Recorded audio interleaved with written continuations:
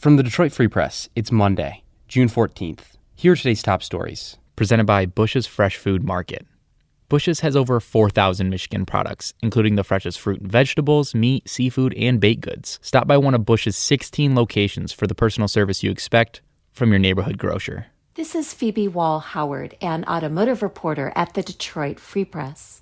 Ford Motor Company didn't just shock America by announcing it would build a small hybrid pickup that gets 40 miles to the gallon. Well, that's one big, huge thing. But the company decided to name the pickup a Maverick.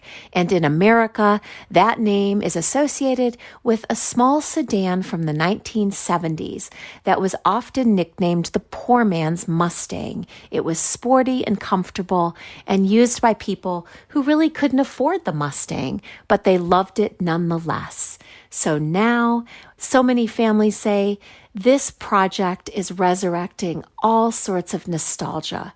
We do a story not just on the memories of families who had the vehicle, but why Ford Motor Company chose the name and what consumer studies taught the company.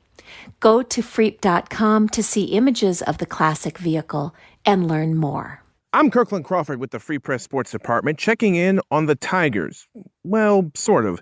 Sure, the Major League team was nearly no-hit on Sunday and lost again to the White Sox 4-1. But that's not the biggest story. Down in the minor leagues, two possible pillars of the future got a promotion.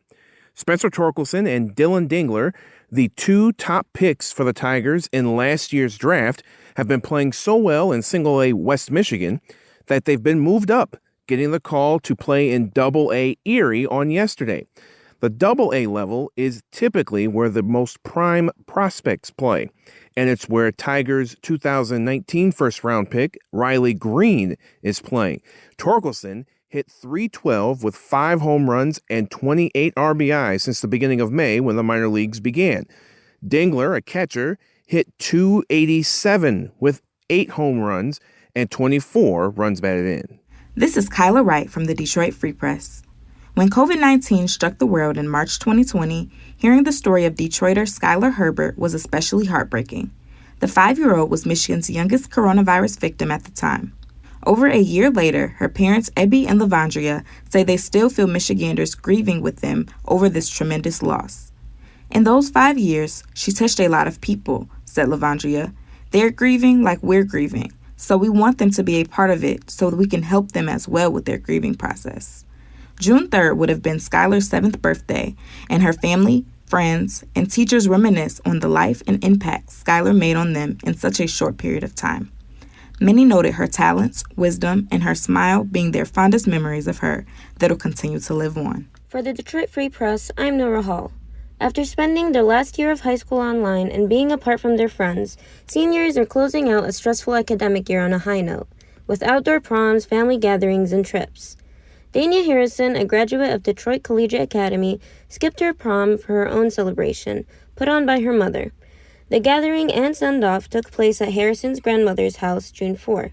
Her mother booked a DJ, had balloon arches, lawn signs, t-shirts, food, and more.